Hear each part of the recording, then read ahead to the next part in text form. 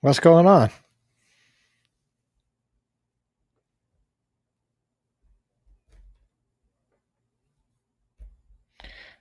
Yeah, man, I'm having some audio difficulties. I can't hear you. I can see you talking.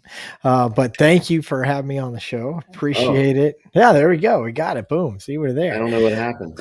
Oh, you just had me muted. Probably Oh, so the whole intro is messed. All well, right. no, nobody wants to hear what I'm saying anyway. They're all here for you and Well, I had to hear "Here we go Steelers" chant going on before you entered, nice. Well, and it didn't get played because obviously, I it's guess I saw my red light flashing, so I guess I was on mute. But anyway, that's Chris one, cool. how are you? I'm doing well. I appreciate it. Thank you. um, so you're from South Carolina? I'm sitting in South Carolina. I'm originally from Washington, but I retired out here after 22 years in the Army and, kids in Well, school and all that. So, uh, well, here we are. well, thank you for your service. Well, thank you. I appreciate it. All right. Washington, PA, or Washington State? Washington State. Yeah, all the way over And there. and there once. That's beautiful. And I miss it. But, how can you leave this humid South Carolina 100-degree horrible days out here. Yeah, I'd much rather be in Washington, but it's cool. Well, why don't we bring in Chris too? Yeah. Yeah, man. Thanks for having me on the show. I really appreciate it. I'm over here in Ohio, so enemy territory. I'm actually about an hour out of Cincinnati. OH. You down by Daytona or Dayton then? Yeah, I'm by the Dayton area there, so it's interesting. I've lived lately, trying to best, but yeah. So what made you be a Steelers fan? You had the Bengals to choose from. You had Yeah. Brownies right up the road. It's not much of a choice. Well, yeah, I mean, yeah, man. To be fair, but I grew up in it. It's been in my family since my grandpa. My dad was a huge Steelers fan, so it really, I mean, like you said, wasn't really a choice. Um, you know, was in Steelers jerseys from the time I was born, and it's just I went. Didn't ever question it. That's good parenting. Yeah, I would agree.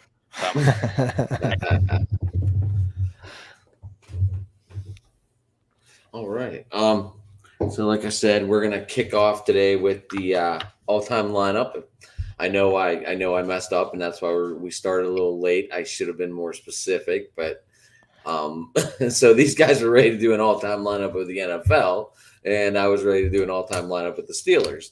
So we had to refill out our forms, and we're gonna talk all-time Steelers. Well, it's funny because even with the switch, I'd say I probably still had 2/3 of my list done, just because the Steelers are such a storied franchise. They do have such amazing players throughout history. So there were plenty of Steelers already on my list. Yeah, So bias. It's pretty easy to fill out your all-time NFL lists with plenty of Steelers. I think that's fair. all right. I know this was a tough decision, but I went with the four-time Super Bowl champion Terry Bradshaw as my starting quarterback. Yeah, Um, no, I didn't even realize he had 2,200 rushing yards. you wouldn't think, but it was a different time back then. So I mean, you dial it back further and further and further, and quarterbacks filled so many roles. They were receivers, they were running backs, they were the punters and field goal kickers and stuff like that. And I also went with Bradshaw, and I think a lot of it had to do because he is on that. He's on the outer edge, but that cusp where the transition is happening and quarterbacks are finally becoming true quarterbacks. And it's funny to see now quarterbacks going back to that running role. But that, like I said, 2,200 yards. I mean, He also had 27,000 passing yards as well, 212 touchdowns. He had 32 touchdowns on the ground apparently too. again, hard nosed football back then. Right? They weren't pansies then. Mm-mm. Yeah, I went with Ben on this one. Just really just how my timelines lined up as being 21. That's who I grew up watching. I don't think I could pick anybody else, honestly. Yeah, no, that makes sense, I think. That's what I'm noticing with a lot of these younger guys. They're like, I'm not doing an all time. I'm doing my time lineup.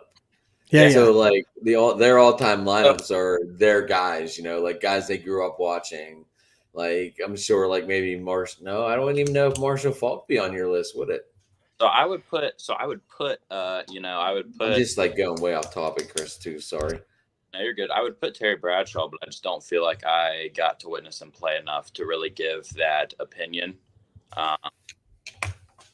So Ben, he's the only guy that I've really been able to witness as an all-time great Steeler quarterback. So that's just a choice for me. Well, I don't even think you were 21. You probably never. I mean, you probably saw him, but you didn't even realize you were watching guys like Neil O'Donnell, Cordell Stewart. And it's not that these guys were like greats or anything, but they definitely have he would have been a significant place in the right. You Steelers' would have been history. like Tommy Maddox, right, Chris? Yeah, maybe. I love Cordell Stewart. Actually, I actually really thought about him on this. I tweeted about Cordell Stewart the other day. I think he was time. If Cordell Stewart would have came into the league a couple of years ago, I think he'd be striving. He's a perfect modern day NFL talent. I think he came into the right. Definitely. Yeah, I can see that. I mean, I definitely had that skill set that you see a lot of the quarterbacks having now, being able to run and pass and everything else, because that slash mentality, as they called him back then. Cordell Stewart was definitely a Bill Cowher guy. Yeah, no, 100%. Definitely that Bill Cowher swagger for sure. Well, all right, so we got 2 Bradshaws, 1 Ben. You can't go wrong with either one. They're both Super Bowl champions. Great leaders. They said Bradshaw was a better leader, though, after doing a little bit of homework and research. So that kind of led into me Bradshaw, too. At running back, I went Jerome Bettis as one of my picks. And Franco Harris. Go ahead, Chris. I went with Le'Veon Bell and Jerome Bettis. And for your lifetime, I think those are definitely the right answers. I mean, Le'Veon Bell's, during his time with the Steelers is, one of the more dominant running backs. His play style at all. Watch his patience, and it just gelled so well with how good the offensive line was at the time. And I just think perfect match. It sucks to see that. I feel like he definitely would have had a few more years. He would have kept his head on straight there in Pittsburgh. Yeah, and finish that out. Not had the money issues and all that. You're out of football for a year. That's just tough, definitely. It is. I also went with Franco Harris, of course. My other one was hard because I didn't see these guys play, but Merrill Hodge was, the reason Merrill Hodge is simply because of the way he played football in Pittsburgh. He did get into broadcasting and all that stuff, and so you might have seen him, but the name because of his storied past with Pittsburgh. And then Rocky Bleier, of course, is just a big name in football history, period. You don't have to be a Steelers fan to know who Rocky Bleier was. If you're a football fan, you've at least heard the name. So obviously I never saw him play, but I guess I give him an honorable mention, although he probably could definitely be number 2 for me. I was at the Bears game whenever Bettis ran over Urlacher right in the snow. It was pretty awesome. I ain't calling the bus for nothing. I actually had a girlfriend who waited at what was it, a restaurant club type place, and I guess Bettis was in there all the time. She'd see him all the time. So he's a horrible tipper, but who Jerome Bettis? Yeah, he's a hell of a football player. So I guess you can't win all the time. That's right. It's okay. I'm not mad. Guy's a Hall of Famer, or will be.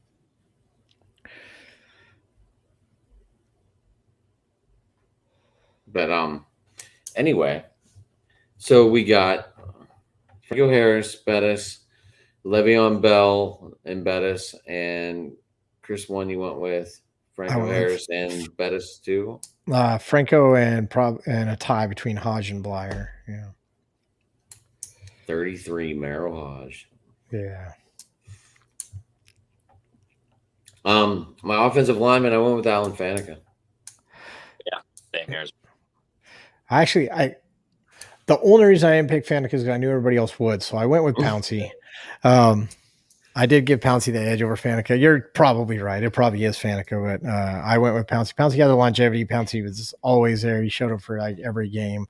Not the Faneca didn't, but again, just to be a little off the pace, I went ahead and went with Pouncey. But you're probably right. It probably is Faneca. Adam is one of the greatest offensive linemen of all time. Yeah. I think he makes Madden All Pro. Yeah. He had six. He was an All Pro 6 times, all first team All Pro. I don't know that. I mean, I knew someone's always going to go different because they're like everyone's going to take Faneca, or so we always have that one guy. Yeah, well, I'll be him for that one. That's fine. And you went with Faneca as well, Chris, too? Yes. Now, have you guys gone to any games? Yeah. I've been to 2 games in Cincinnati, 2 games in Cleveland, and 3 games in Pittsburgh. Oh, that's awesome. I've been to the stadium and stuff a few times. I haven't actually been. Funny enough, I actually never went. I hadn't been to a pro game until like 2 years ago. And I went to Panthers game because they're just, up the road. But the Steelers are actually coming here this year. I'm definitely probably going to catch that game. I think it's on a Monday night too, if I'm not mistaken. It's great that, You should be able to get tickets. Majority of my the Bengals and Browns haven't been that good, so a lot of the games that I've honestly been scooping up some cheap tickets to go to the Bengals or the Browns when their season's already shot. That's opening day, baby. Yeah. All right. Well, Gina clinched in here. Have a great show, guys. I'm disappointed in Bettis being a bad tipper, but oh well. Yeah, I mean, he might not have been. I wasn't there. I just know what she said. That's all. You just heard the story, right? I just heard the story. That's all I did. I just relaying what I heard. Doesn't make it true. Don't lose your faith, Gina. Don't lose your faith. Like it might have been like a great tip for anyone else. That's true. Maybe she was just greedy. She wasn't. She is an ex. Yeah, you see some of these weird stories where you get like $4,000 for a tip and stuff.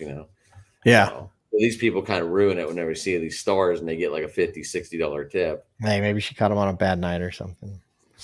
Right. I'd be happy with a $60 tip. Shit. Yeah. I'd take it. All right. So we're down to tight ends. I went with Heath Miller and Eric Green. Okay. Heath Miller had 5,273 yards, 40 touchdowns, and he was also a good blocker. So that kind of played into the whole key of why I picked him as well. Not to mention he's probably the greatest tight end the Steelers have had, but that's a whole other story. I had Heath Miller as well, but my second pick was actually Matt Spate.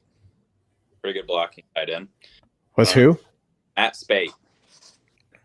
Matt Spaeth. Okay. I actually had him on my list as well. Yeah. Really? Yeah, definitely. Yeah, I remember him. Solid player. So, yeah, he made the list. He did indeed. I liked Spaeth because, like you said, he blocked, and then, I mean, that was what he was supposed to do back then. It's it's not. And then when he slipped out and caught these wide open passes, it was like he was a big tight end too. Like he tall. Was. Yeah. He was one of the first ones I remember being that tall as a tight end. I mean, Miller wasn't short, but no, he just. He always had a good presence on the field. Yeah, honestly, he was a good player. I like him. All right, so skip over receivers. Or are we coming back? We can do receivers. I was doing all offense and all defense if that works. Yeah. I went with John Stallworth as one of my receivers. Can't argue that. Can't be mad at that. What'd you go with?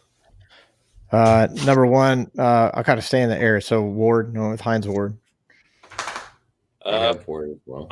Go and say Antonio Brown. I think that's an obvious one. I think he's the greatest Steelers receiver of all time, personally.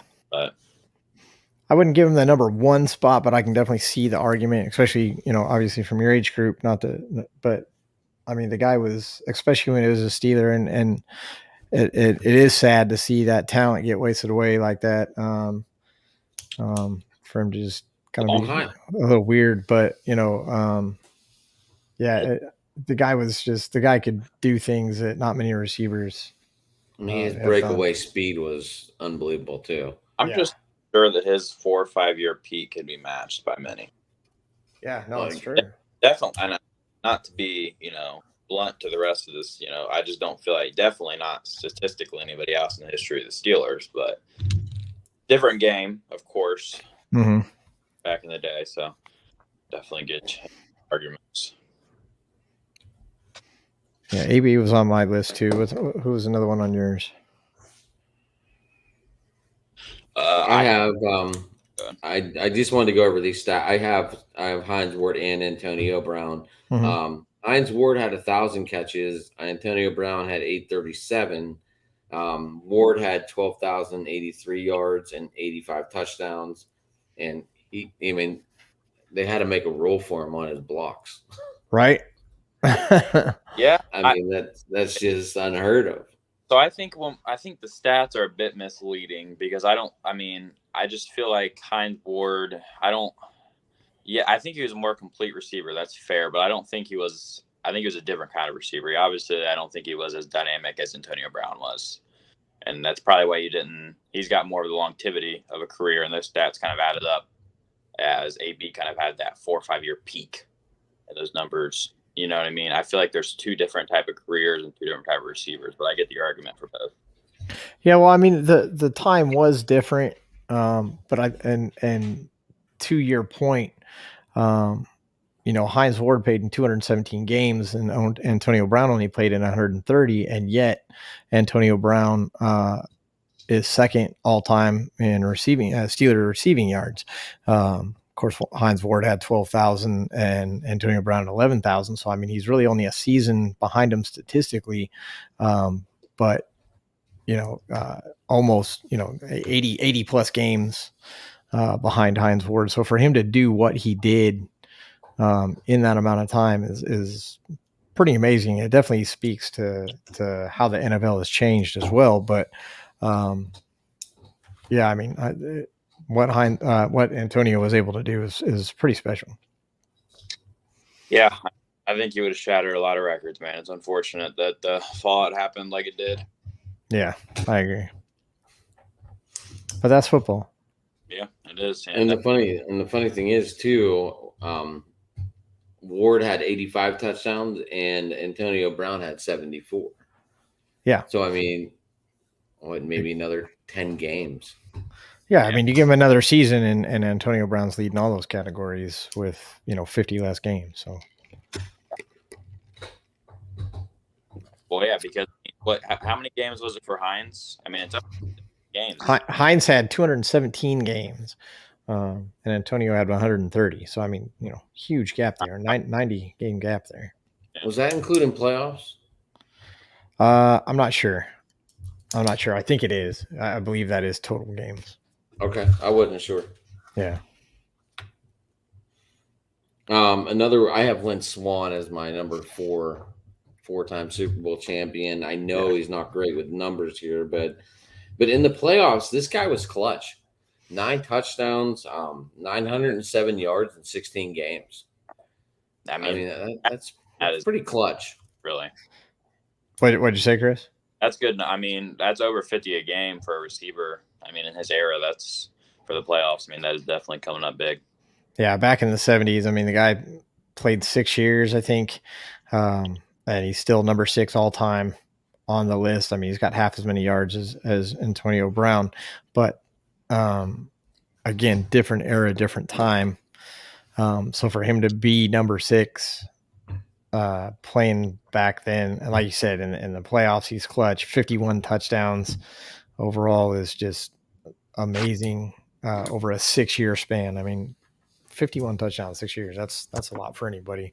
I actually had Lynn Swan number one because I gave him the offset from the 70s till now. But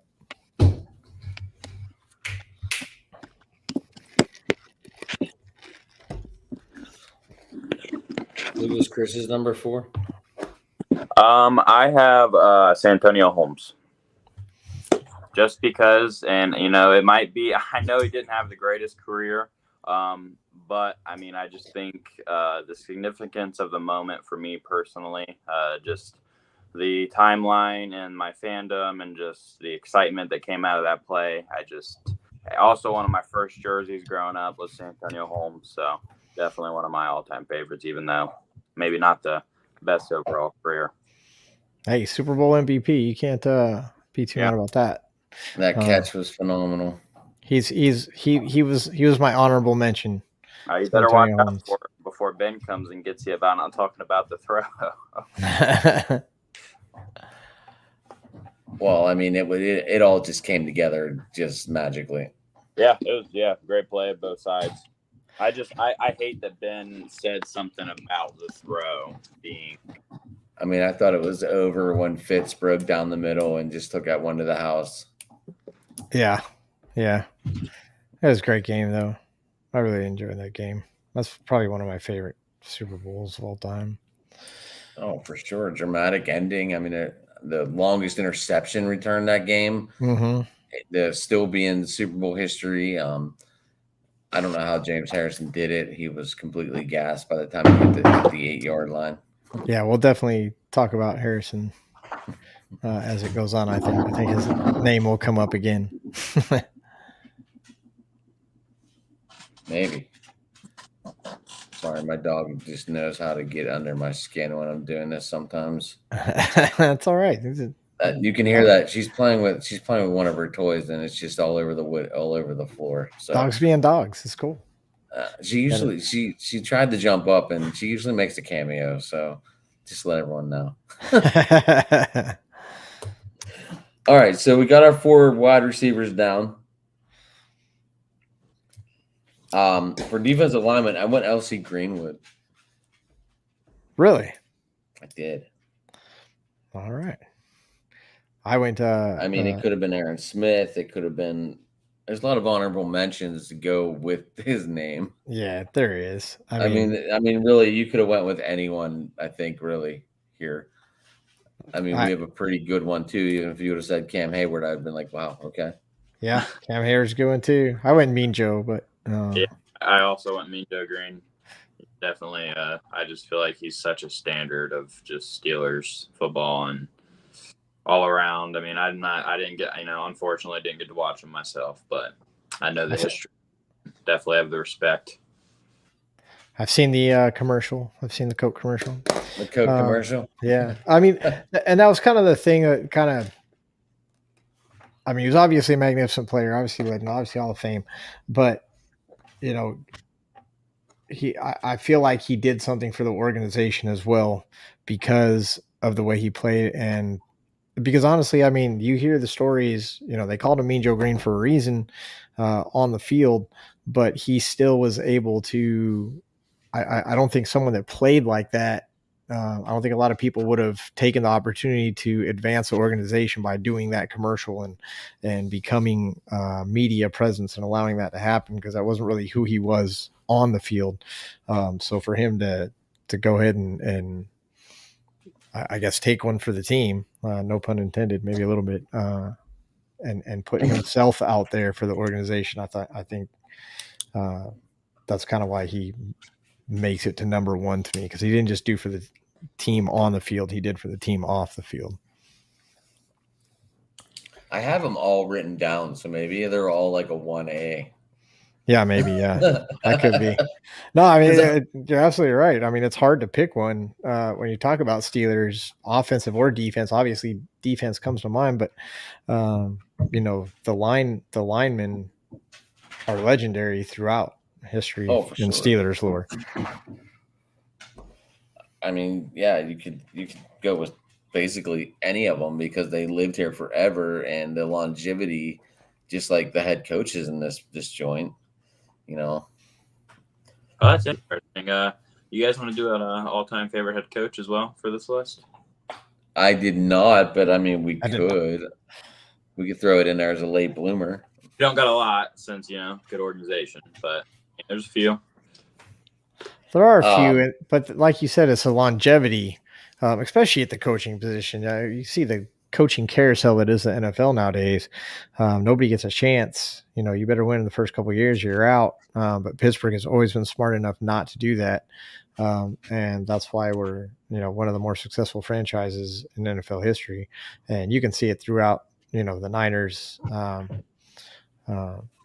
had their coach and Johnson with the Cowboys during their era, and the teams, obviously New England with Belichick. The teams that win championships and continually win championships are the ones that keep the coaches for the longest amount of time. Yeah. Well, it's been a long time for these Steelers right now. Mm-hmm. Yes, it has, man. But Even to win a playoff game, it feels like it's forever. What are we? 3 playoff wins since the loss to Green Bay.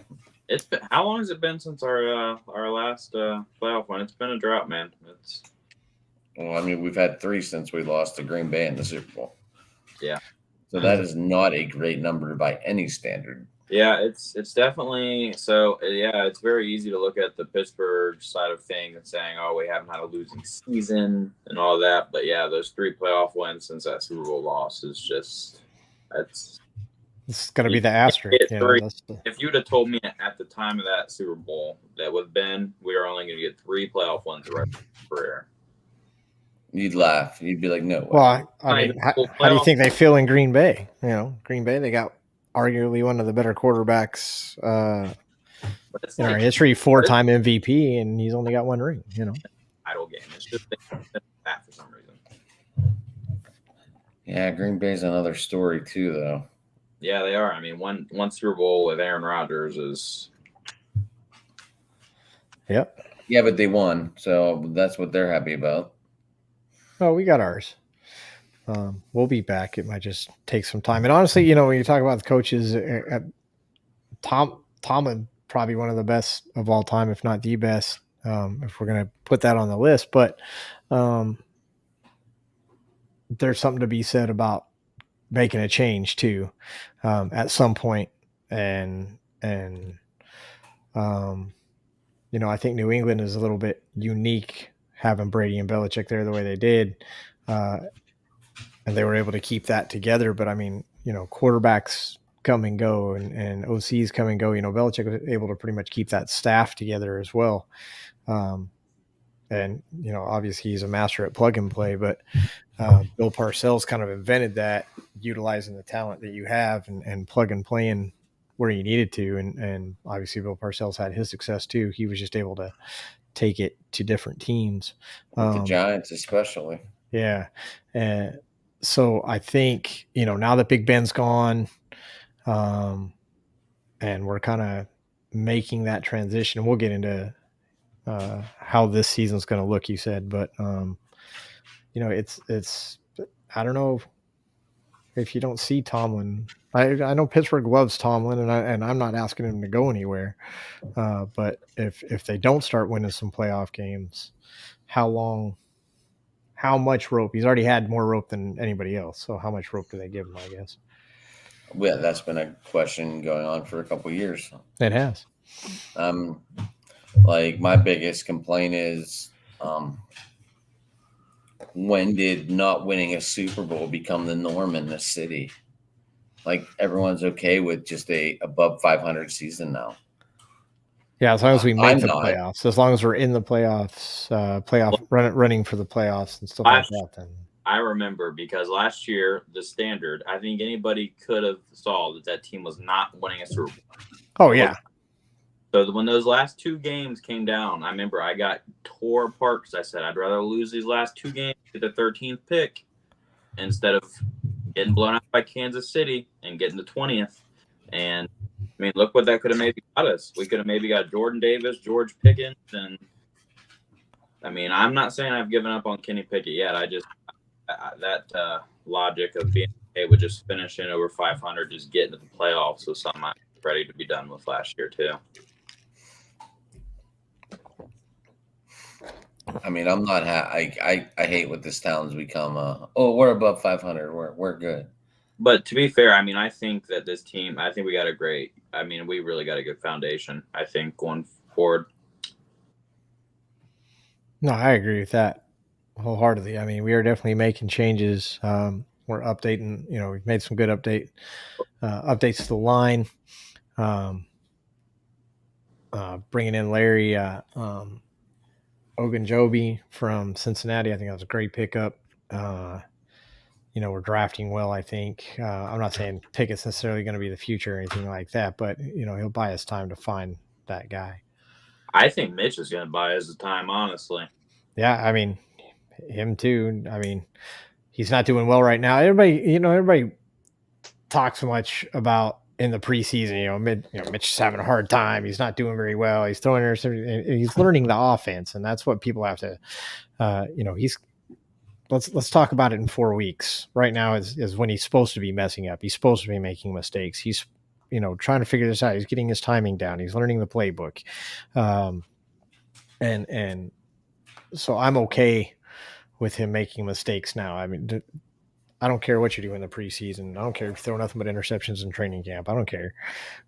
When it comes time to play, if that's what matters. Okay. All right. We'll get into more season talk here in a minute. Let's finish the defense up. I went Lambert and Greg Lloyd. Yeah. I had to throw. Obviously, I got Shazier in there. I'm wearing my Shazier jersey. I think Shazier could have been one of the greats if his career hadn't got cut short. So I got nothing but love for Shazier. But yeah, obviously Lambert has to be on your list. And I had a tie between Lloyd and James Harrison. So I mean, I think either answer is right there. I have Jack Lambert's. Like you guys said, definitely a big pick there. But my second pick is going to be Trent Jordan Watt.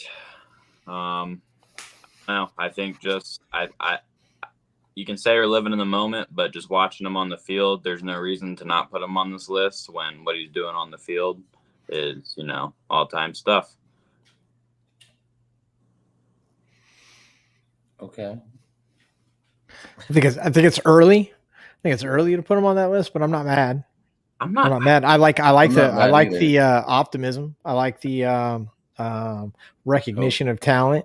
And generally one more elite season away from wrapping up a Hall of Fame career. Like, I think if he had one more elite season, he'd have a Hall of Fame career at that point. And you talk about like if he had that ring, if they had the playoff wins, something like that, then it wouldn't even be it'd be much less of a question, right? But I'm not mad at that. Insane. He's on pace to break the sack record. A couple years, and I mean he'll still be in his prime.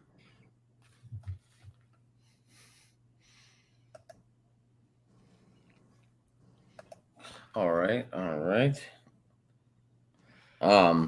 Yeah. I mean, we're Steeler fans, so it's hard to like go against anyone we pick. Yeah. Yeah. I mean, that's true. You're not gonna be like, what are you fucking talking about, right? Like, no, you're gonna do that. No, we're gonna hear your line. We're gonna root them on anyway. It doesn't matter. I went with Rod Woodson as one of my defensive backs for sure. Had to be. Idolized that guy growing up. He was 26, best in his time. Yep. I mean, it's a shame the Steelers thought he was done whenever they said he was done, but he still went on to have 8 more years. Yeah. No, Rod Woodson is that was a bad mistake. Defensive god. Yeah. I have a sleeper. I went with one of my choices is Ryan Clark. Ooh. That's a bit of a sleeper. I'm not mad at that at all. I definitely looked at it. Yeah. I think there was he could easily make the list. If we had like a top 5 list, he could be there, I think, for me. But I'm cool with that. Absolutely. Yeah, I love watching him. Yeah. I went with Polamalu. Of course. Gotta have the hair. I also Polamalu is when you watch that guy play, he had just the vision he had. I mean, it's almost like he knew the play before it happened, and he was just always in that spot. And then the intensity that he had on the field. I mean, he was. You talk about guys going out there to win the game and guys going out there for more than just a paycheck. I mean, that's what you saw when Palomulo played. I mean, every time he walked on the field, there was only one mission, and that was to win the game. And you can see that. I mean, he was 100% a competitor. You see it when he hit people. You see it when he make his reads. It's just amazing cuts out of the break and stuff. I loved watching Palomulo play. I got to go to his enshrinement and watch him get his jacket live on stage because he still had the Cove on the Friday night, so he couldn't go to the banquet. But he flew in Saturday morning, and they said you're going to get your coat in front of everybody. So that was pretty neat. I got to see someone officially get the coat like live, and I was highly impressed. I kind of wish they would have let Palomalu go last, so that way everyone would have stayed and heard Cower. But so many people left after Palomalu, it was bad. I didn't. I stayed and listened because I was a Cower fan. But everyone kind of left right after Palomalu, and I kind of felt bad for the coach. Yeah, well, they missed out. Coach is a good guy. I also put Blount on this list. Again, going a little historical, but I think arguably one of the best defensive backs in history. Obviously, I wouldn't put him on the list. Arguably one of the best defensive back. Who was that? Mel Blount. I have Mel Blount on my list as well. Mm-hmm. I also shut down. He was a tall player for 14 years. 6'3", I think. Yeah, as a defensive back, that was unheard of then. Yeah, defensive backs are not that big. Yeah, he was so smooth too. I mean, that's the thing about it. He wasn't just big. I mean, he was also just so fluid.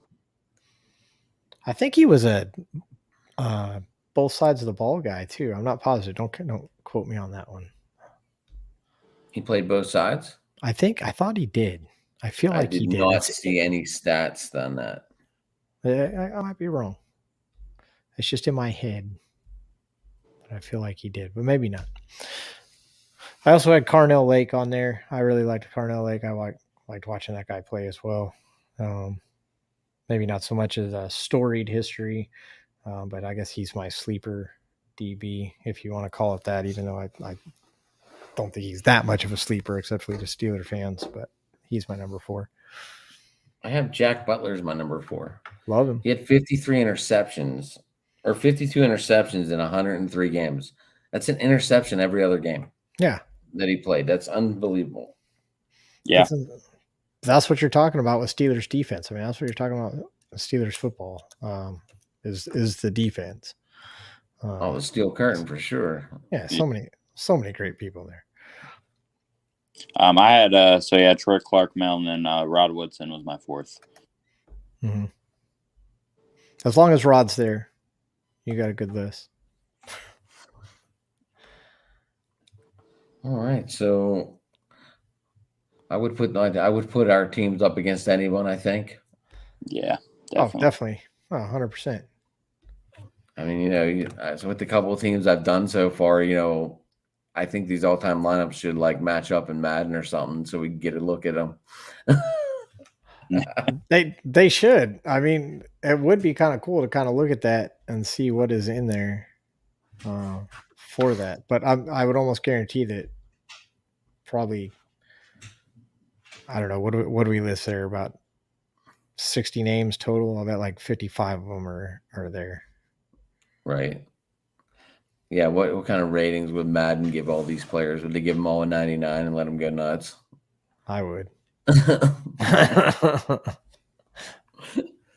Build a player. So, I got the stats running down there. What'd you guys think of the draft? It was good.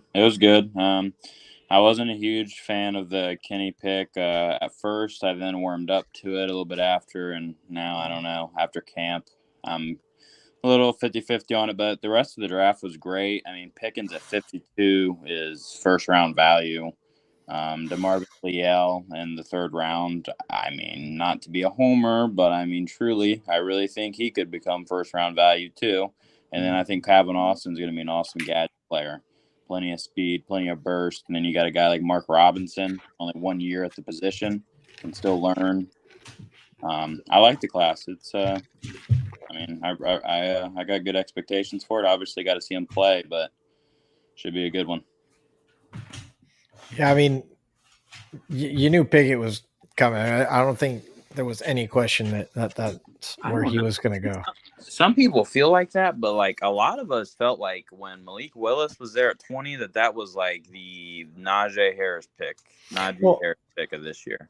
I'm not saying it's necessarily the right pick. I'm not saying it was the wrong pick either. I mean, I agree. I would have rather had Malik Willis too. I'm only saying that Pickett being such a Pittsburgh standout and whatnot, I really just felt like it was already decided that he was going to stay in Pittsburgh, regardless of what was there. I mean, I agree with you. I'd much rather have Willis, and that's no offense to Pickett, and totally be wrong on that. But yeah, it's just because it would be nice if we could have that. Okay, the rookie quarterback ain't ready. Stash him for a year. Let Mitch play. But it's kind of hard to do that when he's 24. You get a different feeling. It's not like a lot of time. Well, I hope they do. I hope they let Mitch play. I hope they let the rookie develop. I wish that Ben was there to develop him, but I don't know. Maybe it's better that he's not, and just let the coaching staff coach their quarterback. I honestly thought Kenny Pickett was going to go to Seattle. Kenny Pickett seems like a Pete Carroll kind of guy. Oh, Washington, be it, man. Or not Washington, Carolina. Sorry. I thought Carolina was going to take Rudder. Is that how you say his name? You end up going to it. Or I thought Carolina was going to take Willis actually, and then I thought Atlanta was going to take Rudder, which they did in a way later round. I'm probably pronouncing his last name wrong. I'm horrible at last names. I'm just glad, honestly. I like you said, I think Pickens was such a steal in the second round, and I know the media tries to make a deal out of all his stuff, but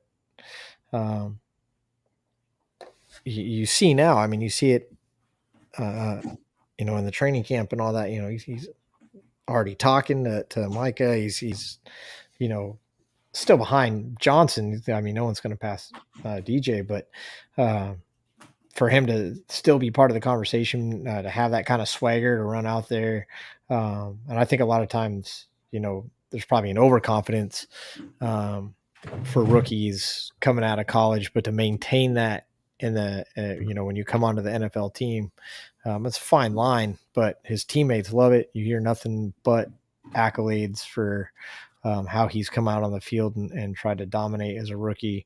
I really like that. So to get that in the second round like that, like Chris had said, I think that's a steal, and I think it's going to pay off. We lost Chris. Yeah, he'll be back. I so far what I've seen in Pickens in camp so far, he's looked sharp. He's looking like a number 2. It looks like he's going to line up in the two spot over there behind Dante, and they're going to line Claypool up in the slot. From what I've been looking at and reading, which could be beneficial to both of them guys. Yeah, as long as he stays tough and isn't, he's going up and taking those balls, climbing that ladder. He's going over the middle and not afraid to take that hit. And I don't think he is afraid to take the hit. He definitely playing with something to prove. He's playing with a chip on his shoulder. He's playing. He doesn't want to be seen as just a rookie. He wants to be seen as a valued receiver, a valued member of the team. And I think he's really going out there and earning that spot. And that's what you want from your rookies, man. You don't want them. You want them willing to learn and grow, but you want to go out there and get it. So That's especially as a Steelers rookie. I guess as a Steelers fan, that's what I want. I want attitude. I want hard nose, ready to go. Do you think they talked about you think they talked about Hines Ward in Georgia as a wide receiver? I mean, Because I, he was a quarterback in Georgia. well, the thing is, I mean, it's still he's Heinz Ward, right? I mean, he's still. It doesn't matter if you're. Again, he's one of those that transcends the Steelers. He's Hall of Fame. He's number one. Sure, he's the number one uh, receiver in Steelers history, but there's a reason for that. And again, because he played big, right? He wasn't the biggest guy on the field, but he always played big. He earned the respect from the other side of the ball. And that was something he had to go out there and take, which is kind of what I see Pickens doing. Ward definitely had to go out there and take what he eventually earned. He definitely had nothing given to him, and that's Steeler football. I love the way Hines Ward played football. That Yeah. was fun to watch. Well, you talk about you hear like the old school guys, like Jim Brown and stuff like that. I think it's Al Michaels tells a fantastic story about tackling Jim Brown and said, I just couldn't get out of his way because Jim Brown was one of those guys that you didn't tackle you didn't tackle Jim Brown. You just kind of got in his way and he ran over you, and then maybe he fell down. And I feel like Hines Ward kind of played the same way. If you tackled Hines Ward, you felt it the next day. He was just one of those guys that he didn't just get tackled. He made you pay for tackling him. Well, yeah, I mean, like we grew up, I guess we were more in the era of you were allowed to play hard smash football. Yeah. And that was the fun time. And now it's kind of gotten away from that a lot. I mean, there's so many cheesy flags everywhere you look. Well, and the receiver position has gotten so finesse with those tall guys. You got to be fast. You got to go up, make the one-handed grabs. To the point that Johnson and Beckham are making one-handed grabs in practice the whole time and stuff like that. And I'll tell you something else that kind of bothers me a little bit about receivers nowadays is the damn gloves. Because you see these amazing catches, and they are amazing catches, and I don't mean to take away from the skill and the talent it takes to haul a ball in off your fingertips, but when the ball sticks to your fingertips as opposed to having to actually grab that ball before all these sticky gloves came out, you can't say that the gloves haven't changed the position and changed part of the game. I mean, I've worn those gloves. I'm sure. I don't know if you ever put a pair on, but they definitely help. They definitely help, man. And that ball definitely sticks to the gloves. I mean, it's a different kind of grip with those gloves on, and it negates the cold weather. Really, is what it does to me, and that matters in Pittsburgh, in places like Pittsburgh, but. Because the old school wide receivers having to, if you ever try to catch a ball when your hands are cold, it just kind of slides right off. Mm-hmm. I know what you're saying. Yeah. And so to have, I mean, obviously, you play out in the yard on game day and stuff like that, go out in the street and play ball before the game starts and stuff during halftime. And yeah, that ball just kind of goes right off your hands. So now if they got gloves and it just sticks there, I think sometimes the glove catches the ball before the receiver does. I mean, the gloves have definitely big time. Like I said, it makes a whole new game. Yeah, it does. It's an exciting game. It's fun to watch. We like to see these big catches. We love to see the highlights, but yeah, it's definitely different. I mean, there's some parts of the game that I like still, and there's other parts where I'm questioning why I still watch it. Yeah. Yeah. But it's Sunday and it's football, and I'm gonna watch it. Yeah, you see all these people talking about I'm not going to watch NFL anymore. We actually had kind of a local restaurant. They wouldn't show the games 2 years ago because the NFL had gone too soft, and obviously the whole Kaepernick thing happened, and that caused a big rift and stuff like that. And honestly, you just see the players are all spoiled now. Um, and I don't want to play here. I want to trade, and I'm not going to play if you don't trade me, and all this kind of stuff. Yeah, I Um, don't like that either. I don't like that at all. Like we got into that whole Le'Veon Bell talk, and the only thing that ran through my head was 15 million isn't enough to feed my family. Yeah, these guys are big I don't know babies. what you're talking about, but $100 is enough to feed your family, dude. You got guys sitting out for 6 weeks with turf toe and stuff. I know turf toe hurts. I'm not saying it's not worth sitting out a week or something for until it gets better. But I mean, They used to make too have much money. They make yeah, too much money to you used to have guys play with broken fingers and tape them up, baby. That's it. Let's yeah, go. yeah, busted noses and all this stuff. And now, Ryan, Russ Wilson came out there tried to play, and I respected him for it because a lot of guys wouldn't have done that. A lot of guys would Who's have just that? been done. When Russ Wilson broke his finger last year, uh, and still came out Oh, he still tried to get the finished the game game. winner. That's Yeah, right. sure did. And then he went for surgery. Did you Yep, see the finger? Did you I did. see Yeah, that I was watched it ugly? happen. That was crazy. Uh, that's why I say I respected him for coming out there and trying to lead his team and stuff like that. It was awesome. I think if he would have played that game against the Steelers their last year, I think we wouldn't have been making playoffs. Maybe so. Maybe so. I mean, Geno Smith was a whole different answer than playing Russ Wilson, Oh, brother. and we almost still lost that game. Yeah, well, I mean, last year wasn't a great year. Ben knew it was his last year, and honestly, he probably could have retired the year before and been a little better off. And that's Right. no disrespect to Ben. Um, he's great, and I love everything he did for the organization. I understand him wanting to go out uh, with everybody knowing it was his last year, but he was done. So, what are your expectations on the year? I just want to finish above 500. No, I'm. I don't see any reason. Look, if I think Ski can play, um, I think we have the talent. We don't know what Baltimore is going to be, and we know that Cincinnati is great. Obviously, the Browns are the Browns. Um, You don't so think Jacoby Brissett's the answer? it's possible that he's not. Yeah, I want to err on the side of caution and say I'll no. find out Thursday. I have the Browns Thursday. We did a on I our saw that pod. you guys did the Browns, or you guys did the Keller rush, didn't you? No, not the color. We did do a whole thing on Jacoby Brissett. We did a 3 for free. I can't keep Um, up with that no, group. there's so many I things. really can't. Um, I thought it was you guys. um, but yeah, with yards after the Someone catch. did the same. Someone did the Keller Rush jerseys in our group, and I have no idea the name of it. I thought it was you guys. No, um, Sorry.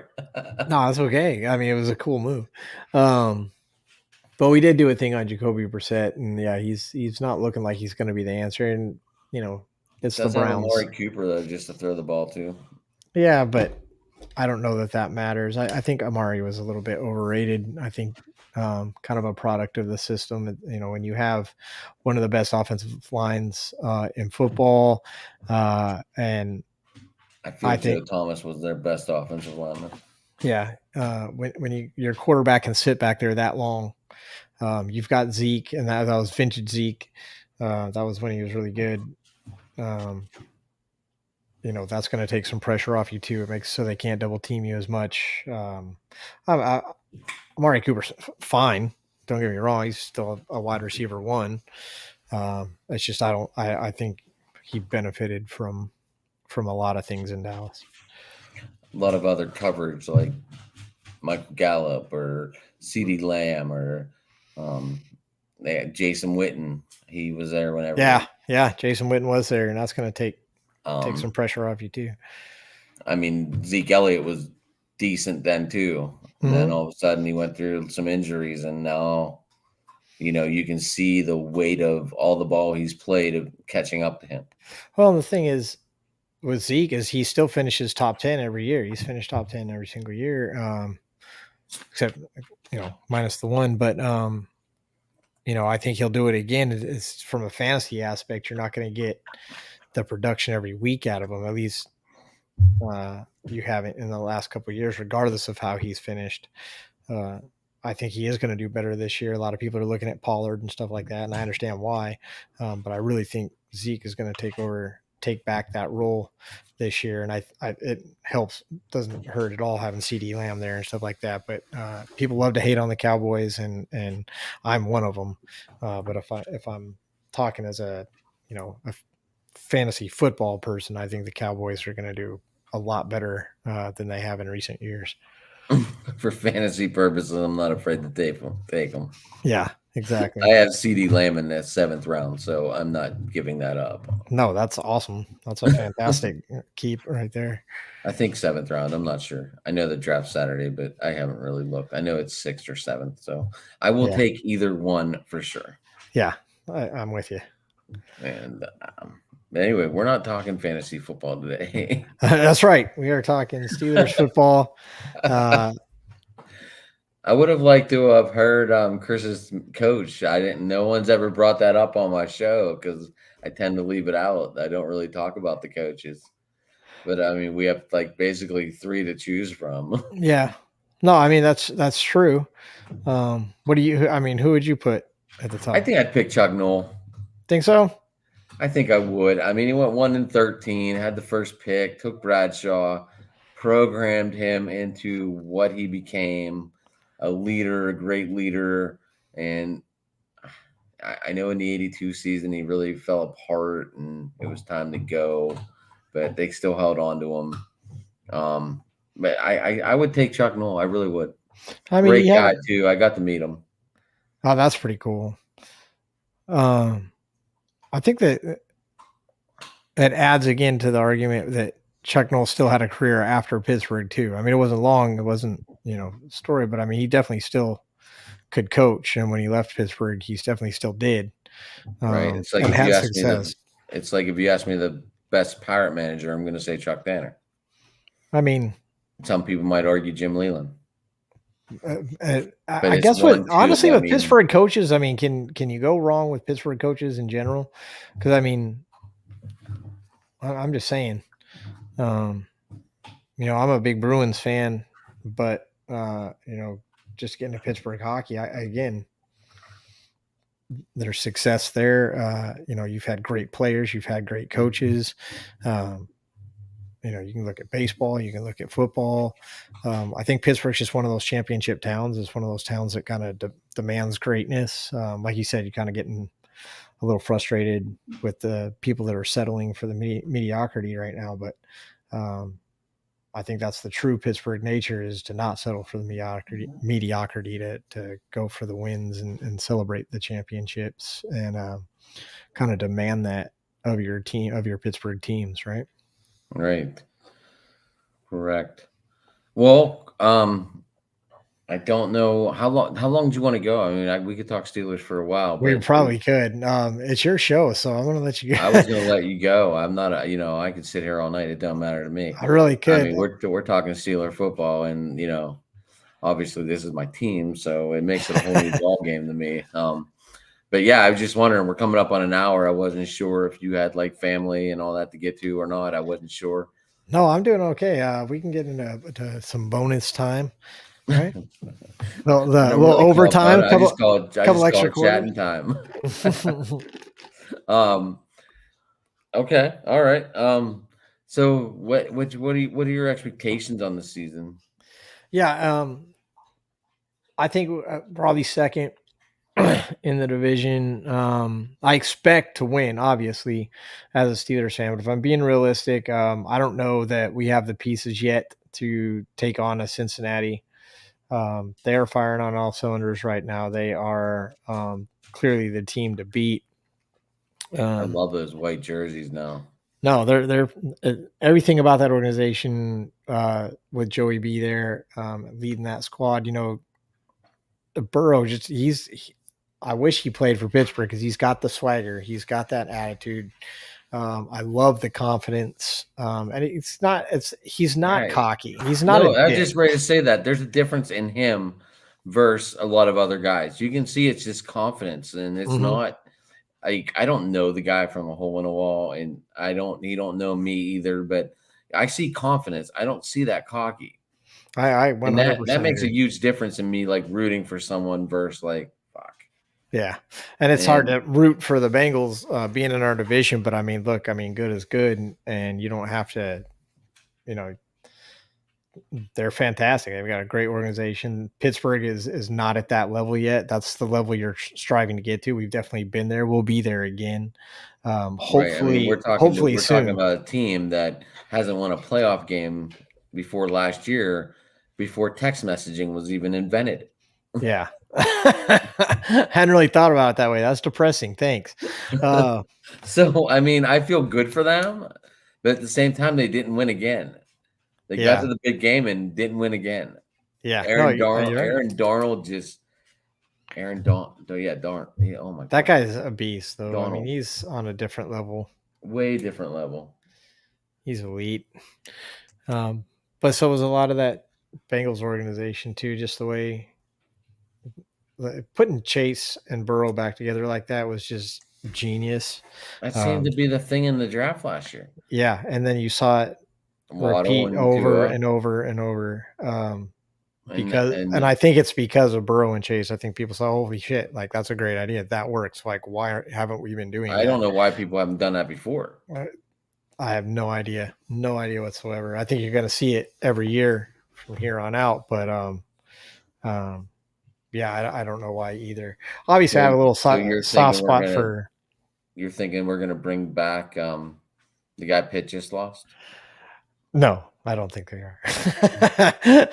Well, you're just talking But about that 1-2 punch and well, I mean, I just feel like Pickett kind of did. I'm not saying did it himself, but I don't feel like Pickett. I feel like Pickett was the star of the team by leaps and bounds. I don't know. I think he kind of made everybody else look good. Whereas as with Burrow's situation, Burrow and Chase, I think they did have a lot of chemistry. I think they had that timing. I think they both had that swagger. I think they both. I think Chase really signed on board with what Burrow was about, as that whole team did, and I think Burrow elevated that game, as that whole team did. Hold And I think on. Burrow I don't know what happened. elevated. My YouTube just popped up on my phone and started playing. That's right. It was a good soundbite. So I guess we don't sound that bad. I guess not. That's encouraging as well. No, I think Pittsburgh can. I think Pittsburgh definitely has the tools to finish behind the Bengals because we don't know what we're going to get with the Ravens. We don't know if Lamar's going to bounce back. We don't know about if J.K. is going to bounce back. I think Baltimore definitely has potential. I think they definitely could do well. But with those injuries last year, you just don't know how those guys are going to respond. I also thought it was funny the Bengals had all the most free agency money to spend, and they went out and spent it very wisely. They upgraded that line that was absolutely horrendous. They went out, yeah. I mean, they soared up that line. Oh, they did, and they needed to, and So I mean, Joe Mixon might be a great fantasy pick. I was talking to my buddy. I know we're back to fantasy football. that's okay. But it's that season. It's that season.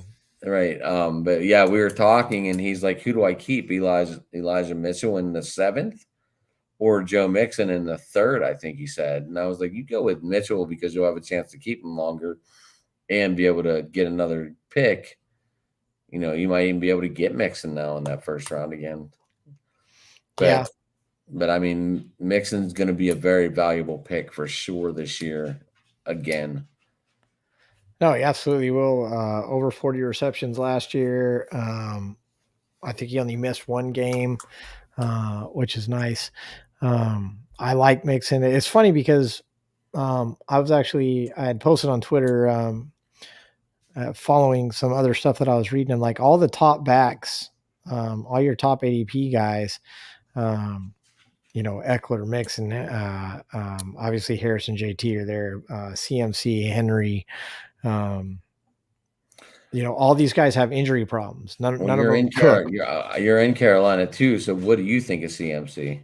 I love CMC as a player. I think he's, absolutely fantastic. Is this his bounce back year? Hey, I hope so.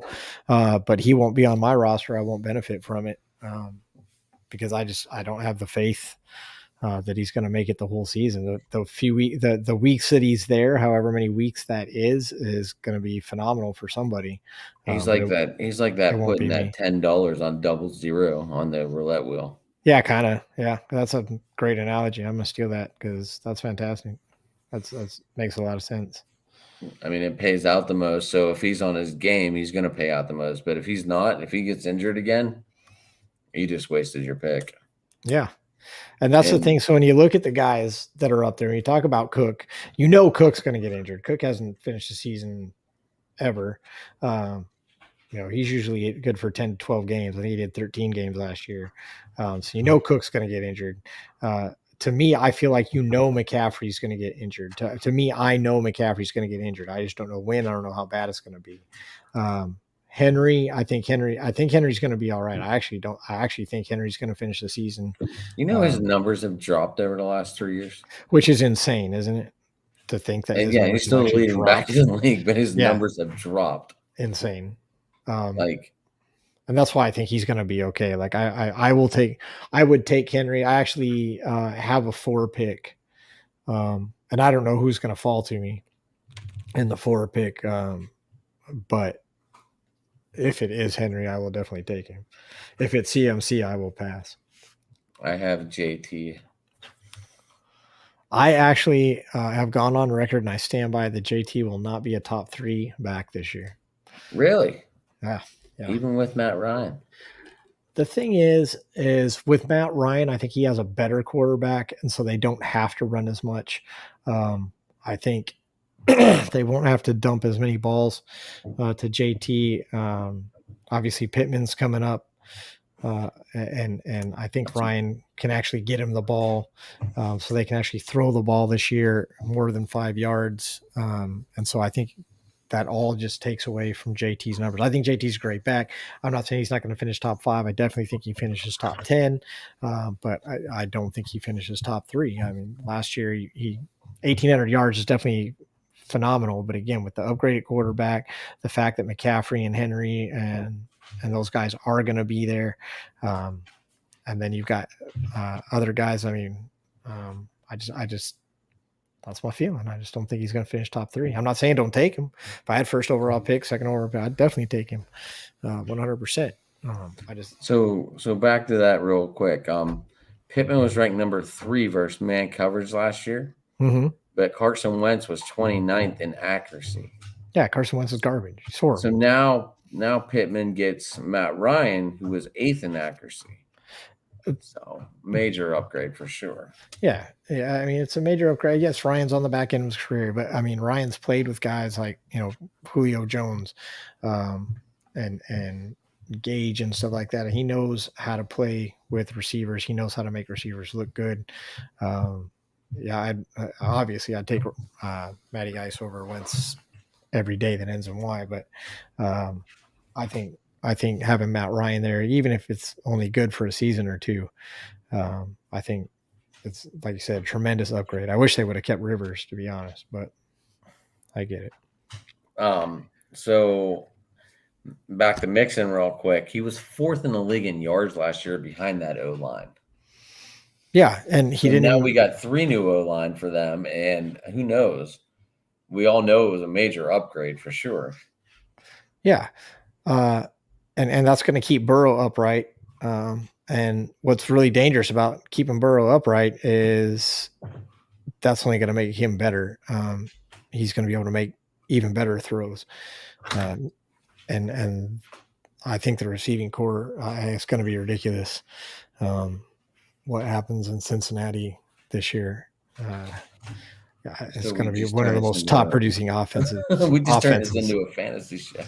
We kind of did, but I mean, it's the season. Everybody's thinking fantasy right now. Right. Even the Pittsburgh fans, how many leagues you in, bud? Well, the thing is, I had to dial it back. You guys see there, thearmchairathletics.com. Go check out the site, and if you scoot around there, you'll see a casting call.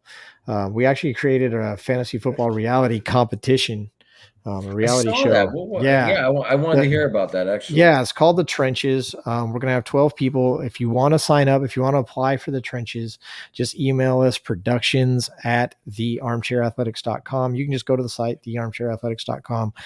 There's actually a few spots that'll give you that email. And you just tell us why you think you deserve to be on. We're giving away $5,000 to the winner. 12 teams, one winner at the end is going to take home that 5K, but you're going to earn every penny of it. We are going to be throwing things at these people. That's why I say it's a competition. It's not a league per se. It follows a lot of league formats, but we are going to put these contestants through the ringer to get to that $5,000. So if you think you're good enough, if you just want to give it a shot, productions at thearmchairathletics.com. Head over to the website, give us an email, and you could be on the show. We're casting now. Got about another week left before we fill those spots. So take your shot. Shoot your shot. You never know. You're only taking 12 people? 12 teams. We're going to let a couple people double up. We've got a boyfriend and girlfriend team. I think we've got a brother team that wants to come out. A lot of people, they just don't want to share. And I got no problem with that. If you have a teammate, you got to split that $5,000. But if you can go out there and do it yourself, that $5,000 is yours. So we have a nice mix, I think, of sometimes that extra help though is good, and it's 2,500 is still a good walk away from $30. Yeah, but if you lose that week, are you going to blame your partner, and how's that going to turn out? So, which is fine for us. It is a reality show. It is reality TV, so a little drama makes us happy. So what would you do like a podcast every Wednesday, or how would that work? We're actually gonna we're gonna film it on Tuesday nights, produce it all up on Wednesday, and then it will actually air on Thursday evenings. It'll air. We'll do a little after show on it, and then we'll roll right into Thursday night football. So it's not a fantasy league. It is not just a draft your players, play the other team, work the waiver wire, and it is not that type of competition. Those are factors in it. There obviously will be a draft, unlike any draft you've probably ever seen. And every week these players are going to get hit with stuff that they're going to have to adjust to. It's not just there's really no way to describe it, because it's just never been done. Yeah, it's never been done. It's we're doing things that have never been seen. They may have been tried, but they've never been seen. That's for sure. I'd like to talk to my crew and see if they want to get involved in that. Yeah, absolutely. Just shoot us an email. We definitely have creators on there. We have people that just like to play fantasy football. It's open to anyone and everyone. So I think this is one of the few things I retweeted today. Yeah. We try to put it out. We try to keep it out there. So every couple of days, we try not to overload it too much. We don't want to bore people to death, but we do try to put it out there so people can see it and take their shot. It's actually kind of funny. We did a poll. A lot of people are just scared to do it. They don't want to lose. They don't want to lose in front of everybody. So they just are afraid to apply. And to me, $5,000, I don't care. If I lose, so I might get lucky and win. $30 for 5K. It's not $30. That's free entry. There's no buy-in. All you got to do is send us an email. Oh, I thought I saw something for $30 or something. Might have. It just wasn't for the Trenches. Okay, so what we're gonna do is send in an email. That's all you got to do. An email can win you $5,000. Okay. Yeah. I will definitely. I need to find that email. Maybe you could put it in the private chat so I can have it real quick. I might have to do that. Yeah. You can't. Oh, you're not allowed to do that? No, yeah, I see it here now. I can that way I can be like, hey guys, da, da, da, da. So we'll get back to so we think we're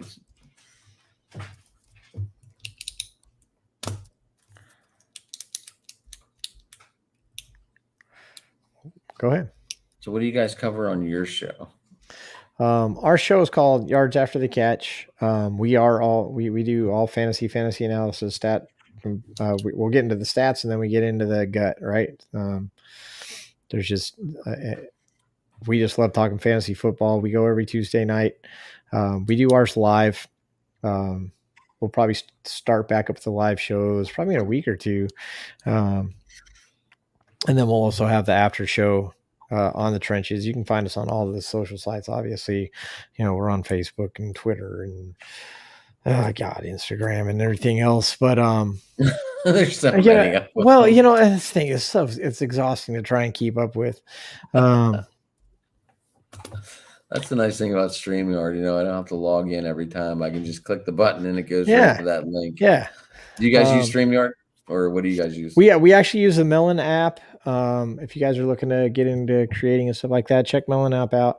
A lot of good features there as far as backgrounds and music and I saw you had the ticker and things like that. And a lot of sites, most sites are doing pretty much the same thing. We just use Melon. You guys use StreamYard. So far, I like it because it's easy on StreamYard. I like it. You can stream. Like I could, if I had 8 locations to send it, I could send it. Yeah. Now there's some people that have 8 locations and they're like, boom, boom, boom, boom, boom, bam. I don't know. It's all personal preference, obviously. It is. And then we actually work with a lot of shows.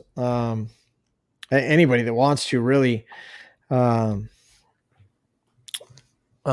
We started Armchair Athletics Fantasy Sports Network on our YouTube channel. Go to the YouTube channel, subscribe. That's the big one. We love to have subscribers.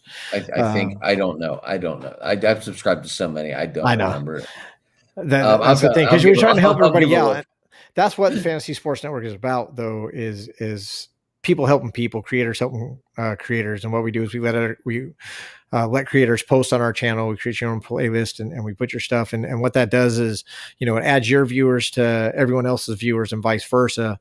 And it also, puts you in contact with a lot of other creators so that you can have, like we're doing right now, you can have guests on your show. They can have you on their show, and that increases your presence as well.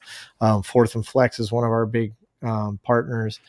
That really works with us a lot. Fourth and Flex, Superflex 20. Go to manscaped.com, Superflex 20, save 20%. They just got sponsored by Manscaped. I'll throw that out there for them. That is a very good product if you haven't tried it yet. Yeah. No, they definitely stand behind it. And I know a lot of people my do. Skin roast on it. You know what I mean? You're not gonna. It doesn't cut you, and it's an awesome feeling. Damn it! I just gave away a promo to fucking Manscaped. There it is. That's okay. Superflex 20. Save yourself 20% while you do it. I saw they came out with like a 3-in-1 tool now too to like do your nose and shit. Yeah, no, I mean, and they actually sent Josh, the guy who runs Fourth and Flex Fantasy Podcast. They sent him like all the stuff. They sent him like a whole kit with all the stuff in it. It was pretty cool to see that happen for him. But yeah, he's on the Fantasy Sports Network. 420 Hustler is in our Fantasy Sports Network. Jonesins for Sports is in our Fantasy Sports Network. But anybody who's a creator, DM us on Twitter, DM us on Facebook, find us on the website, whichever. And you just post your stuff up on our site too, and just kind of increase that visibility, increase that audience. I love it. I'm all about growing too, man. I don't want to be a stingy little bitch. Exactly. I mean, it's growth through cooperation, success through collaboration. Right. Like that's what I think that's the ultimate goal with everyone, to grow, get to know people, expand your horizons, as they would say. Mm-hmm. What we used to say. I don't know what they say nowadays. I don't know. I can't pronounce half the shit they say nowadays. No. It's like, is that a word? In the Urban Dictionary, it is. That's right. Dad, you're so lame. Yeah. So I have a fantasy draft on Saturday. So do I.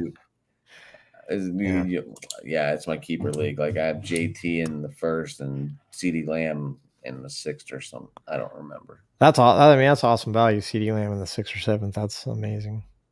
Yeah. So, and I can't be there, so my buddy's drafting for me. Oh wow.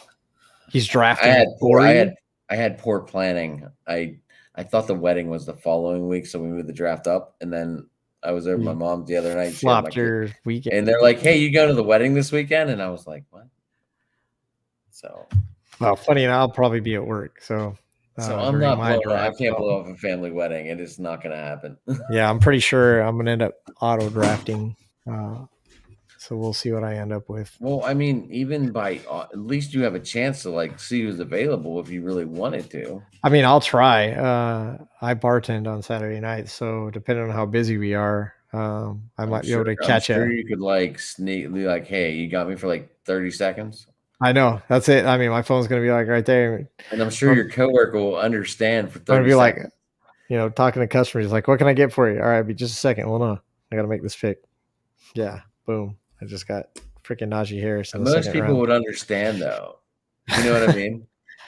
Well, Most it is people. like a lot of the people at the bar I work at, they actually do understand. There's a pretty big fantasy community at the bar I work at, so they'd probably want to see, be like, oh, who's available? Who's available? Right, Take they him, probably take want to him. help out, you Yeah, know? yeah. I could probably do that. Be like, all right, what kind of beer you want? And they'll tell me. I'd be like, here, make this pick for me, and I can go get their beer, and they can make my pick. That's not a bad idea, actually. There you go. So that way it's not all blindfold. That's right. At least I know somebody that has fantasy knowledge. I don't know how good they are. I guess we'll find out when they pick, but maybe Well, I'll if do it's on that. I Yahoo, could you be. should be able to pretty much like show best available per pick. Yeah.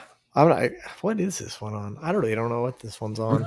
You're just doing it. I love it. Yeah, well, so one of the other companies we work with, elitefantasygames.com, they're on Facebook. They do all these kind of crazy ass games. They've been doing it for 10 years, and they make up their own games, and they're really freaking good at it. They do pools and leagues, and this one happens to be a league. Um, and so I know it's going to be fun. I just don't know how it's going to go, especially since I won't be giving 100% to the draft, but that's all right. Are they like prize picks or super Yeah, so draft? they do zero. No, they do zero rake. It's whatever you pay in is what gets paid out. Um, they've got one coming up called Rockstar, which is a Superflex tight end premium. But they always have all these like little crazy rules. They've got one. Um, is it Crazy League? Well, yeah, Crazy League is one of them. Crazy League, you get three kickers. You can have up to three kickers on your league, on your team, and the reason for that is if you lose, the team with the lowest score, um, the lowest losing score becomes the vampire. So the opponent you play the next week, you can, if you beat your opponent, you get to steal one of their players, but they can block you if all three of their if they can beat you using only three kickers. And so they have like all these different leagues, all these crazy things going on, all these awesome pools. The pools are cool because obviously because there's no limit. As many people can get in there as possible, which just makes the prize payout bigger. Nostradamus, one of the guys that create all these leagues, Daniel, he came up with 27 prop bets on the entire season.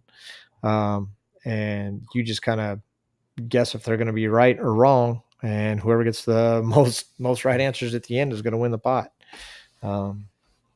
It's just a lot of really cool, inventive games over at elitefantasygames.com. They're pretty cool. Low buy-in, zero rate, so it's cool.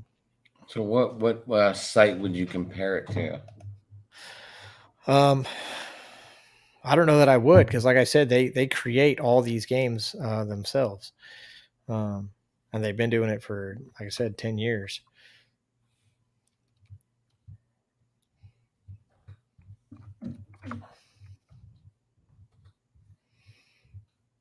My microphone's right underneath my keyboard. Sorry, I was I copied and pasted that email and sent it out to the crew and see what they think. Oh yeah. Sorry, I was doing you a favor, Oh, I getting appreciate it. possibly getting you on. So you guys do all this stuff, and how long have you guys been podcasting? Me and my co-host slash vice president, we started Yards After the Catch last year. Last year was our first season, and I was just kind of sitting around trying to think how to what to do next, and I came up with this reality show idea, and it just kind of all went from there, my mind is like always going. I can't make it stop, and so I'm just always coming up with all of these crazy ideas, and some of them don't make any sense, and some of them do. So I think that's what creators do, though. They never sleep. They just think of shit to do. What's next? my wife What's gets mad at me all the time because she can see it when my eyes glaze over. We'll be talking, having a conversation. She can just see my eyes glaze over because I'm thinking about something to do with the company or some project or usually this reality show and stuff. And she gets mad at me. She's like, like I can it's tell. like when do you put it in the back burner though? Like when do you put all the focus on her? How do you intermix the two? Oh, you Like I have haven't to. figured that out yet. No, I don't think there is a magical mixture. You do what you can, and you're never going to get it right. Um, uh, and you just do your best. That's really what it is. We really do work together. We try to set aside time. These are my block times to work on this stuff, and then obviously the other side of that is that there's block times that are just hers, or hers and the babies, and I really do make a conscious effort. We go out and do things and do family activities and stuff like that, especially during the summer, stuff like that. And it's hard for me, not because I don't want to spend time with my family, but I know it's time I could be getting things done and doing things. But it's everybody makes compromises. It's all about sacrifice. It's about finding a balance. Um, and it really means a lot more when you make the effort uh, to make them number one, make my wife number one. They acknowledge it. As you just have to make sure you really do detach yourself for that couple hours, and that for me that's the hard part. But when you do it, it pays off. Now, are you a network or the production side? Yes. I'm Or the I mean, honestly, as the CEO and founder of the company, also being retired, a lot of my the guys that work for me and work with me, they have day jobs, and we all have families and things like that. So we all have plenty of stuff to balance. Being retired from the military, I just happen to have a little bit more than they do, and then obviously, since it's my company, it's kind of my responsibility to make sure um, I'm doing everything that I can to keep it moving, because eventually it's new, and so we're not monetized to the level that a you can company will be at some point. And so um, essentially everybody's working for the company, working for the future. And then uh, hopefully this season, after the show airs and we really start making a name for ourselves, then all this hard work will pay off. But that's what it's all about. It's all about the grind. It's about making everything pay off. Um, and in the off season will be when we really can start growing and doing the things that we want to do. But it's you got to put in the work first. Unfortunately, in this business, so you do the work first, and then you reap the benefits later. Yeah, like I'm in like I started a production company too, so and I'm slowly growing. Like it's a whole new ball game. It's a whole new process. Finding good people, which I found so far. Um, you've gone through it, right? Like the growing pains, Oh yeah. the who's not going to work, the who's going to work. Mm-hmm. Like do I focus on my show only, or do I focus outward? And before you know it, you're all over the place, and you gotta keep that separate. Yeah, Like I mean, like you said, work is work, and there's and there's two times of work. There's when you're actually working, and then when you're prepping to work, um, and both those times are still work. So you can't just say I'm only going to work at work and expect it to go that way, because it's not. Because there is that time where you're thinking, you're planning, you're prepping, you're running through ideas, you're problem solving, and all that, and that's part of the work too. That's part of the business too. So, and I think that's where the other side, where the families and stuff, they get confused, because it's like, you're not at work right now. Why are you still working, or whatever? You're sitting at the dinner table. Why are you still working? In your head, why aren't we getting your attention? It's like, well, because I'm at the dinner table doesn't mean I'm not working. right. And you're right. I should I'm at the dinner table, so I should turn it off right now, and I apologize, but that's the best you can do. Like I said, your head's always going. You're always going to be working. You literally have to make a conscious effort not to work at some point, right? I try. It's hard to do. Right, like it just doesn't work. Like my kids found out I was doing this, and they're like, "Let's do a StreamYard, Dad." Yeah. And I'm like, Oh, my "All right, kids are well, like, "Oh, make movies for my YouTube channel." I'm like, it's not." No, yeah. I said I was not helping build your YouTube channel. You're gonna build it yourself. I will help promote it, but I'm not gonna build it. You know. My kids are only 9 and 10. Well, they're about to be 9 and 10, so they're fine. They're at the point now where they can probably really start building it, but before they couldn't do anything. I So. want my kids to earn their shit. Yeah, no, Like, 100%. Well, that's why my kids don't really have a YouTube channel. They get mad because like I posted my stuff on their YouTube channel. I subscribed their YouTube channel to my YouTube channel. And they're like, Dad, we don't want to be subscribed to your football stuff. I was like, hey man, I need subscribers, kid. You just got subscribed to my YouTube channel, bud. right. Like I think Thanks my for the kid got support. 9 subscribers, Awesome. and That's where it yeah. starts, man. So yeah, and I'm trying to let him do his own running of it. Like me and him did the. He's like, Dad, let's do it. And obviously they don't live with me, obviously, but like whenever with my mom and stuff, he's like, Dad, I'll be on Graham's computer, you be on your computer, and here's what we'll do. We're gonna talk about why Heinz Field changed their name. He came up with all the topic and No all that. kidding. And he's got to get better at being the host. Uh-huh. But he did a good job. Just he's 13. Yeah, it takes time. And I thought it was great that he was doing this. That's awesome. No, that's super cool. So, And I mean, he's doing something that you're doing, right? Like he wants to be like Dad, so that's always cool. well, no, he kind of like started it, I guess, but then he found that I got into it, and he's like, oh. It's like, wait a minute, that's not fair. That was my idea. Right, but I never really got into what they were doing. I never like looked at it like doing it like this. Right. Like when someone said, "Hey, let's go podcasting," I was like thinking, "Okay, we'll be on Anchor, Spotify, whatever," and now all of a sudden we're on YouTube and moving on. Yeah. Well, I mean, Like, that's where technology has taken it. And thanks COVID, because now there's a lot of companies out there. I've talked to 5 or 6 different companies that are all doing this right here. yeah, now I got like a background and stuff, like, but that will come down because I can't have that up when I'm doing the Browns. Right. Yeah. It might piss off the fans. I just keep my Buckeyes up there, and we're good. I see that. Yeah. So you're an Ohio State guy. Oh yeah, yeah. I'm not actually from there. Like I said, I'm from Washington State, but I got a keychain when I was a kid or something, and I've been a Buckeye fan ever since. So Okay. it's been like All right. 30-something years. I just know if I'm ever flying into Portland, I got to be sitting on the right side of the plane just in case you get to see Hood. Right, exactly. Couldn't see like yeah, when I was there, like I didn't go to the fish market. I wanted to go see Mount St. Helens. Oh yeah, I was there when it erupted. I still remember as a kid, my mom put me down for a nap, and I woke up and I thought it was snowing. Everything was just covered in that shit. And we drove to the drugstore and got the little masks and stuff.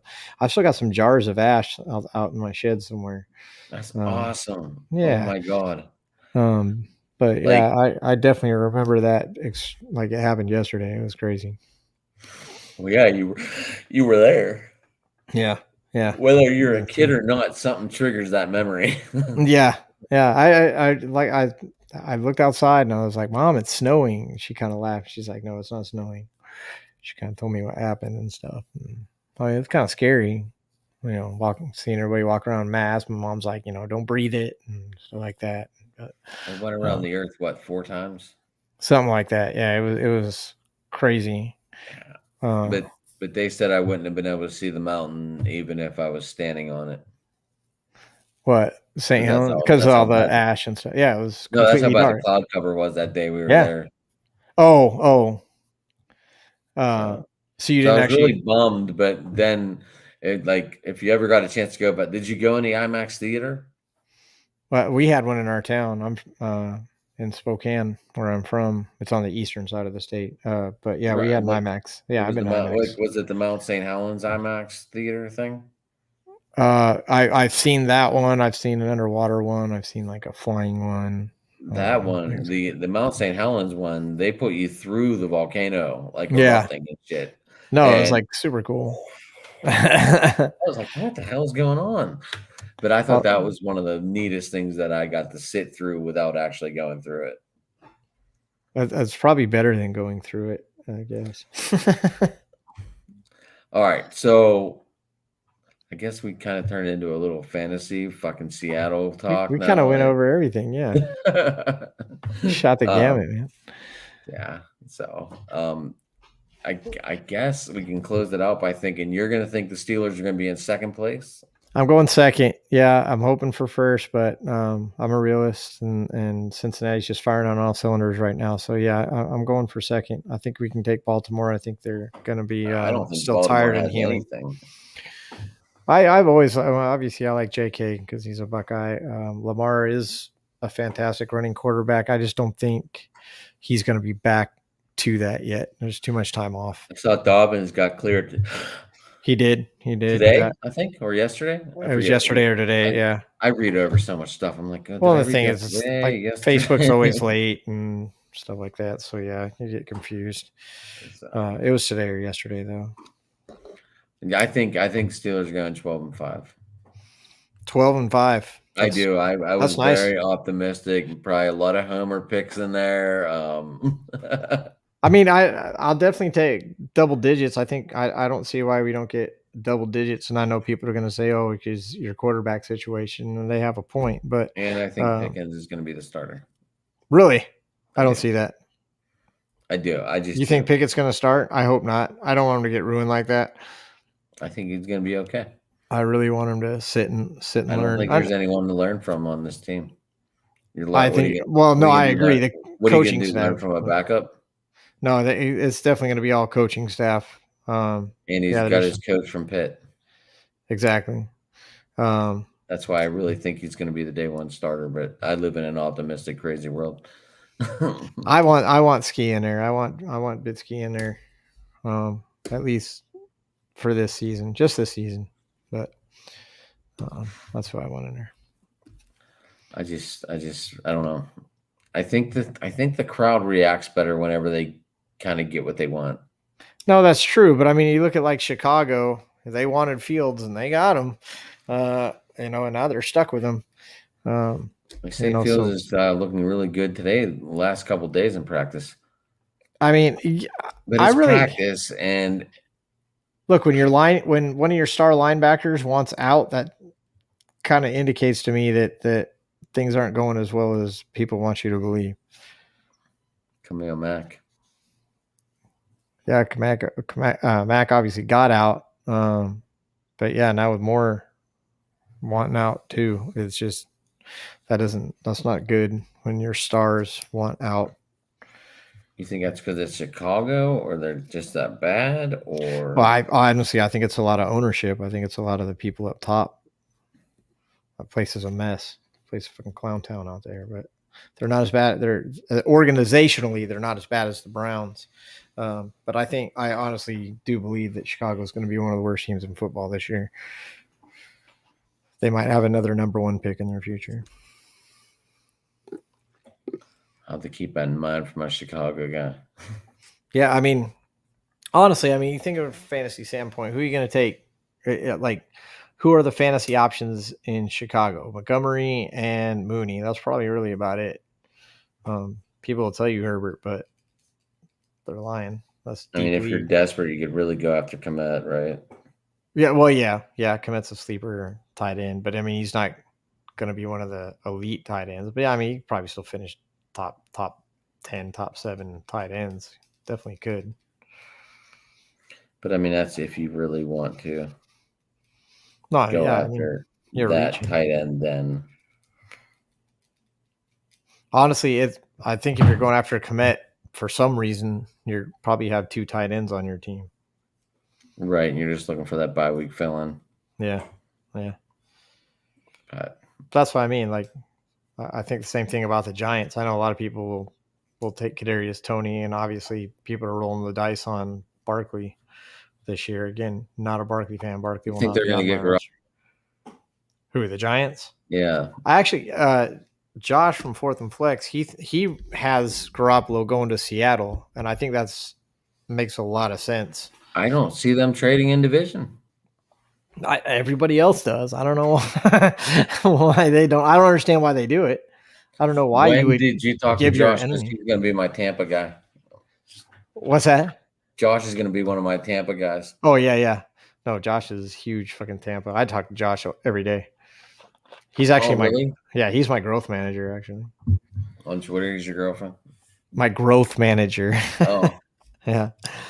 No, he seems like a good guy. I haven't He's a really great guy. I've only talked to him on Messenger. I haven't really or Twitter Yeah. mailbox, whatever they call it. I don't even know what Twitter box is that what we'll call it. Sure. I like it. Coin that, trademark that, put it on a t-shirt. But yeah, I did talk to Josh, and I just haven't made it. I'm working 10, 11-hour days most days, and I don't. It's either 8 in the morning or 9 at night. I don't have many options. Yeah, that's how my stuff is too. 100%. And working with these guys in the UK too. That's pretty fun. I saw that. I saw those guys on the page. I was going to reach out to them, but I didn't know the time difference and all that. If it would be worth 8:15 in the morning is 1:15 there. Okay. Yeah, so that's a pretty significant difference. So I mean, if they want to come on and do like a full little 10-teamer. That's pretty cool. I mean, that just shows that influence. I mean, that's why the NFL wants to play there every year because they're really embracing it. Like I've talked to Gang Green, I've talked to the San Francisco guys. I've had Paul Hope on my show and Anth, obviously, and Otis from the Gang Green guys. Paul Hope's a San Francisco guy. I also did a show with the Colorado Rockies UK. Oh, really? Yeah, that was pretty neat. That's interesting. He's actually been to 6 stadiums in the US. I'm like, what the? Wow. People seem to they do travel over here a lot. It seems like. So that was exciting. It's always exciting to have people on the show, though. Yeah, no, I always like. I mean, that's like I said. That's the point. That's the point of the network. That's the point of the whole thing.